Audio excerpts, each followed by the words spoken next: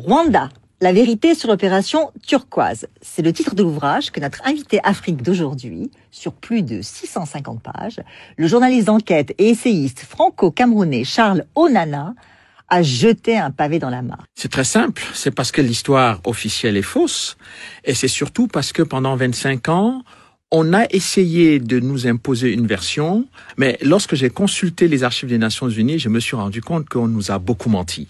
Et donc, quand même important, c'est que lorsque le président Kagame a quand même déposé une plainte devant la 17e chambre contre moi, il n'y avait pas que le président rwandais, il y avait l'État rwandais. Donc, j'ai eu 2 grandes plaintes qui ont été retirées 48 heures avant le début du procès. Massivement massacré, et je pense, et j'ai l'habitude de dire que, en fait, ce que les gens ne comprennent pas dans cette histoire-là, c'était que toute cette aide à Kagame, c'était pourquoi?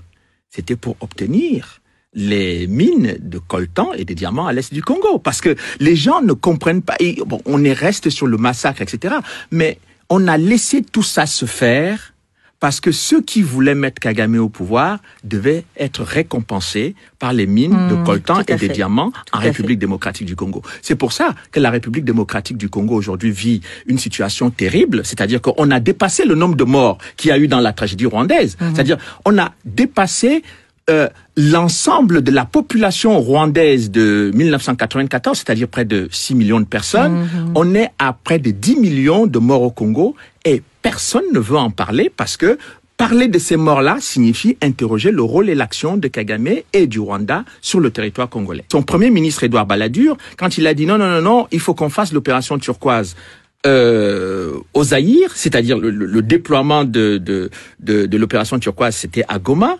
Mais le premier ministre Balladur n'a pas compris du Rwanda, pas compris que, en fait, Goma était l'aéroport international du trafic de diamants et de coltan que ceux qui avaient placé Kagame au pouvoir allaient utiliser après pour exploiter les ressources du Zaïre. Voilà la stratégie qui a été utilisée. Et quand on ne comprend pas cette interaction entre les mines de coltan et de diamants et de tous les minerais de l'Est du Congo, on ne comprend pas ce qui se passe sur ce on va appeler le génocide au Rwanda. Le politique, c'est qu'on comprenne que la prise de pouvoir de Kagame est liée au renversement de Mobutu, puisqu'en 97, c'est Kagame qui vient renverser le maréchal Mobutu avec l'aide des États-Unis et de l'Ouganda. Qui, soit dit en passant, beaucoup de Congolais ont toujours soutenu cette thèse et ne sont pas du tout entendus jusqu'à présent. Mais aujourd'hui, ils ont des éléments de preuve. C'est-à-dire que, je vais encore beaucoup plus loin que ça. C'est-à-dire que ce que j'appelle l'invasion masquée du Zaïre en 94, quand j'ai analysé la stratégie militaire d'occupation territoriale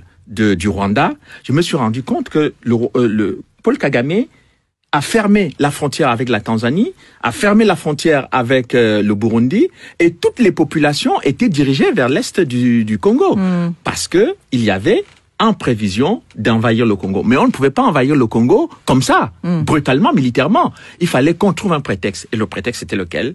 Qu'il y a des génocidaires qui sont réfugiés à l'est du Congo. Tout à fait. Et depuis plusieurs années, les génocidaires se trouvent autour des mines de diamants et de coltan de la République démocratique du Congo, dans lequel on trouve de nombreux rapports des Nations Unies qui démontrent que le Rwanda pille les richesses du Congo et vend le coltan à Kigali. D'accord. Alors quand même, le Rwanda est présenté comme un modèle pour l'Afrique. Il en est un sur le plan économique. Non, mais ça c'est de la propagande d'ailleurs. Ce qui serait intéressant, c'est qu'on sache d'où... Écoutez, quand on me parle du Ghana, on me dit que le Ghana est un pays qui se bat, mais parce que le Ghana travaille qu'avec ses ressources. Le Ghana ne va pas piller les ressources de son voisin. Bon, alors, le Rwanda, il faut qu'on nous dise d'où viennent les ressources du Rwanda pour faire ce qu'ils sont en train de faire au Rwanda. Je pense que ce soit les Occidentaux ou les Africains qui prennent le Rwanda comme modèle, il faut qu'ils demandent clairement d'où viennent les ressources du Rwanda pour construire ce pays. Si on viole les femmes à l'est de la République démocratique du Congo et qu'on se tait, si on massacre les populations civiles, si on utilise les enfants dans les mines de diamants et de coltan, si chaque jour les populations congolaises sont en instabilité permanente jusqu'à la tête du pays, parce que le Rwanda mène des incursions qui sont aujourd'hui démontrées par la MONUC, je pense que ce n'est pas très sérieux, ce n'est pas très correct.